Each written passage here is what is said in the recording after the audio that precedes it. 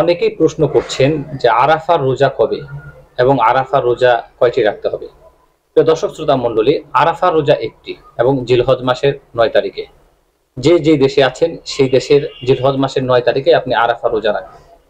যারা প্রবাসে আছেন, আজকে শুক্রবার অতিবাহিত হচ্ছে, প্রবাসে যারা আছেন শুক্রবার রাতে ভাত খেয়ে শনিবার দিনে রোজা রাখবেন। আর যারা নাকি বাংলাদেশে আছেন তারা শনিবার রাতে ভাত খেয়ে রবিবার রোজা রাখবেন। আরাফা রোজা সম্পর্কে রাসূল করিম সাল্লাল্লাহু আলাইহি ওয়াসাল্লাম ইরশাদ করেন, সিয়ামু ইয়াউমি আরাফাতা আহতাসিবু আলা আল্লাহি আন ইউকাফিরা সানাতাল্লাতী ক্বাবলাহু ওয়া সানাতাল্লাতী বা'দাহু। নবীজি বলেন যে ব্যক্তি আরাফার দিনে রোজা রাখবে, আমি আল্লাহ তাআলার নিকটে আশা রাখি সানাতাল্লাতী ক্বাবলাহু ওয়া সানাতাল্লাতী বা'দাহু, আল্লাহ তাআলা তার সামনের 1 বছরের গুনাহ এবং পিছনের 1 বছরের গুনাহকে মাফ করে দেবেন। এর জন্য আমরা রোজাটি রাখবো।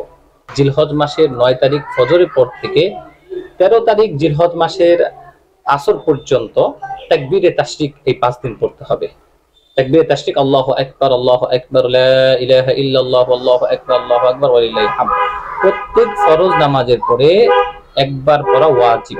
পুরুষ যারা আছেন উচ্চ স্বরে পড়বেন, নারী যারা আছেন নামাজের পরে নিম্ন স্বরে পড়বেন। প্রত্যেকের উপরে প্রত্যেক ফরজ নামাজের পরে একবার পড়া ওয়াজিব।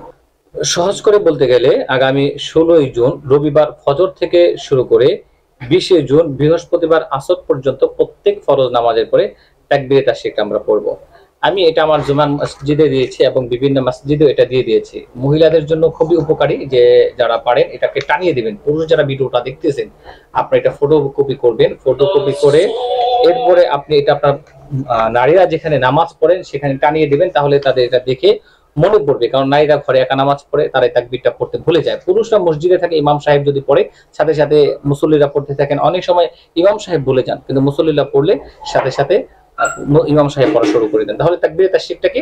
আল্লাহু আকবার, লা ইলাহা ইল্লাল্লাহু আল্লাহু আকবার ওয়ালিল্লাহিল হামদ।